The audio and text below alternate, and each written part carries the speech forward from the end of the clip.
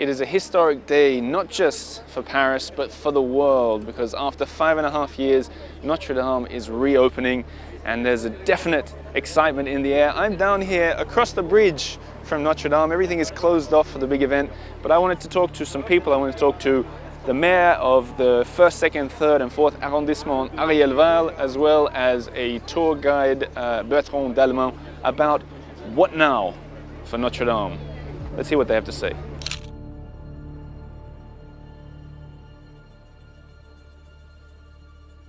Ariel Weil, the mayor of the 1, 2, 3, 4, how are you doing? I'm doing fine. I'm actually a little moved now as we get closer to the ceremony. Yeah, I mean, I remember we talked, you and I did a podcast episode right after Notre Dame burned down. You were right there standing with, I think you were with Macron and Hidalgo and the... Yeah, I was there. I mean, way before the president came to the town and the island.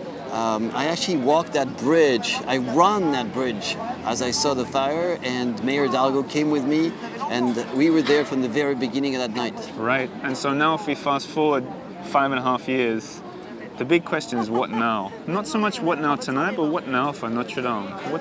Well, first of all, it's a great success that we're able to open to the public from now on. But it's not over.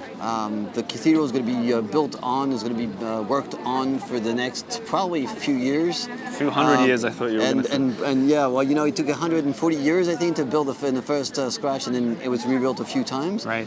But now it's not going to be over. And also, we're going to start that big construction site that I'm very, very excited about the project of the surroundings of Notre Dame. I've seen you talk about this. You're talking about the front, the parvis out the front. Yeah, you can see a little glimpse of, we've already started that project with the porch of Notre Dame. You can see the beautiful new stones there, and that's the beginning of that project that's going to redo all the surroundings. We're going to plant trees, going to make connections to the Seine River.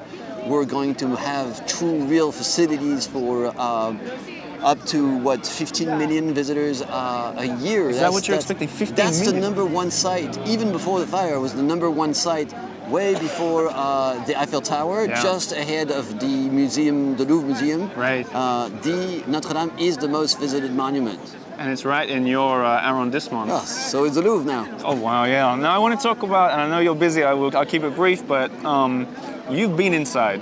You've seen what everybody wants to see. Can you paint a picture for us and the listeners' viewers? Sure. I mean, imagine a white page. It's all white. I think the president said blonde, the blondness of the stones. Right. But it's really so clear and white that I keep thinking that no one has ever seen it that way. No one alive, and maybe no one dead either, because I'm not sure there was a state in the past 800 years, when the stones were, because as I said, they built it over 140 years, so by the time they finished that first stretch, probably was already dark. Yeah. And I think everyone has this image, whether it's memory, as in my case, or it's built-up memory from the movies and from the even Disney movie. You see the dark, gothic, medieval church, and it was pretty dark inside also. Yeah.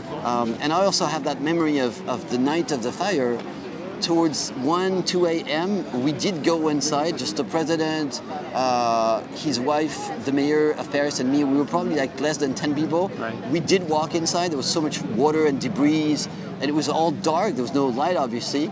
And I remember that picture, and now I'm connecting it to the picture of Notre Dame, as bright, as light as it's ever been. What a lovely in thought. the 100 years that are before us. And I'm thinking, wow.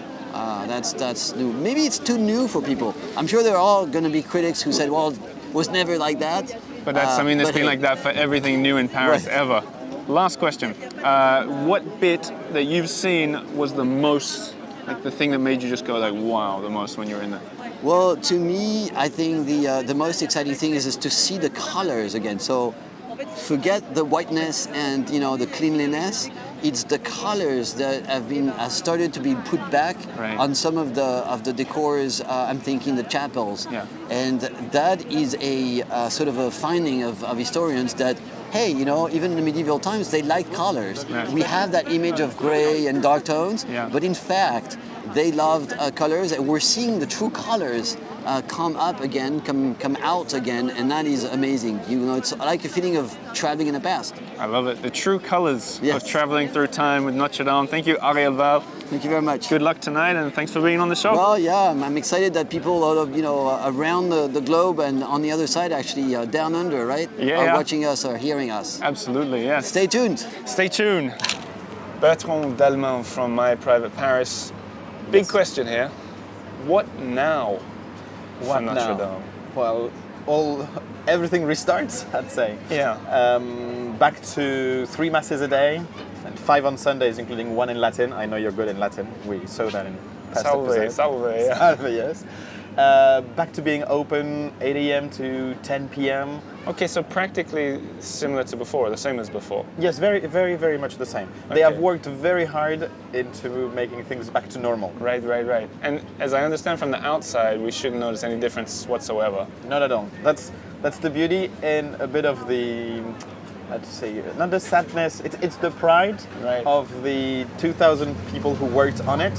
It's to give back Notre Dame to how it was. Except I heard that the head, one of the head guys that put his own face on a... Yes, actually most of the people, especially the carpenters and the mason, have left little tracks, little mark on here in the stone, on a timber, etc. And the lead architect, one of the gargoyle on the spire, has his face on it. Right. I was going to say a lot of the... It's very high, so unless you know, no one will see it. I was going to say a lot of the gargoyles look like you or me, but we'll take that. Especially you. But I think what's more interesting perhaps is the interior. Definitely. Because I know that you've been to Notre Dame countless times. If you're talking to someone who visited 5-10 years ago, and now they're coming back, what's changed for them? The light. Honestly, this fire, now that everything has been remade, probably was a blessing, because during these 5 years, not only they have rebuilt the roof, but the whole cathedral has been cleaned as it had never been cleaned since the 1850s. Houseman time. Houseman times. Yeah, okay. So then I saw some video of it looked like dirt and soot and stuff like this, like 10 centimeters of... A bit of it was due to the fire. Of course, yeah. But a bit of it. Yeah. Most of it was due to 150 years of just time passing by, dust, we breathing, the candles burning, etc. And so they have used an amazing technique. They have sprayed latex on the walls in the entire, all of the cathedral. Right. And they peeled it off like a facelift. Like a face mask, you mean? They pulled out the dirt and discovered that under the dirt, the paint that was repainted during the restoration of the 1850s was still there. It was hidden by the dirt. So when people will go in, not only they will see a shining bright golden cathedral. It's not white. Sometimes on TV it looks white, but it's really golden. Okay. Blonde, we say for the stone. But they will also see the paint in the 24 chapel that are fully painted. They're not repainted. That's something we're going to tell them a lot. This paint, it's not just been painted. They have just cleaned the dirt on this paint that dates back to the 1850s. Was the 1850s when they put that new spire on? Yes. So exactly. that's Viollet-le-Duc was there? Viollet-le-Duc, exactly. So him and Haussmann were kicking around at the same time then? Yes. He started a little bit before Haussmann. Right. Because he started under the Louis-Philippe regime. And he continued throughout the Haussmannian period. You know, when I saw the images from inside, what I thought was, this is going to be huge, like a huge draw card for Paris, because it was, I haven't been in yet, but it looks so stunning that it wouldn't surprise me if people travel around the world just to see Notre Dame, which hadn't maybe been happening as much. It happens. Every day we receive emails for that. People there you say, go. Can we go now? There you go. So we'll book a flight. That's the next sort of, the next topic is, for tourism, this is going to be huge. People coming to Paris wanting to see. How does that tie into what you guys do at My Private Paris? Are you going to be offering tours, or you're not allowed to? Yes. What's the story? Well, we're, as guides, professional guides, we're not allowed to give live commentaries inside the cathedral up until the day after Pentecost. Which means 6 months after the reopening, June the 9th. because the diocese, so the church, want to keep these 6 months for worshippers. Right. But after that, we'll be every day, twice a day, three times a day. I So promise. people at home, if you're looking to book a tour, don't even bother yet. We do, I mean, in the past 5 years, we've done a lot of tours that would include Notre Dame, just not the inside. Okay, yeah. And usually we combine it with smaller churches that you may know, like Saint-Julien-le-Pauvre or Saint Severin on the other side, the Talked Saint about that one. I Chapelle, still haven't etc. seen this one. We need to go and do an exploration. What about for you personally, as a Paris lover? What are you most excited about in this new version of Notre Dame? Being back in it for 5 minutes anytime I want. Yeah. I mean, guiding in it is great, but on a professional level. Yeah. But just popping in, as I used to. I started my career as a guide there. Yeah. My daughter was born 2 days before it burned. Oh wow. And so there's a lot of personal attachment to it. Right. And I can't wait to share it, but I would say even more, I can't wait to have it for myself. To keep it to yourself. Yeah. The last question I want to ask, because it's important to me, is the top bit where you climb up and look at the view of Paris. Yes. Not yet.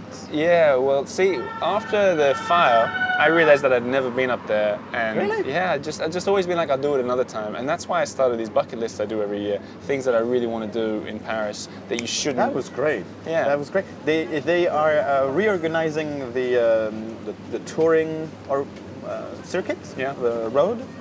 And so most probably we'll start by the southern tower instead of north, but it doesn't really matter. But they say they expect to be ready for the summer of 25. Summer of 2025, okay. We'll see, yeah. Okay. Well, that sounds like something to look forward to. Very much so. For everybody at home looking for something to look forward to, Notre Dame, now's the time to do it. You're going to be bowled over, I think, by the interior. That's at least what I'm expecting. If you're going to do a private tour, check my private Paris. Merci. And maybe if you get Bertrand, especially, you'll see how I have more goosebumps than you do when we do these tours. That's what I like to hear. Thank you very much for sharing your knowledge, as always. Merci, Oliver.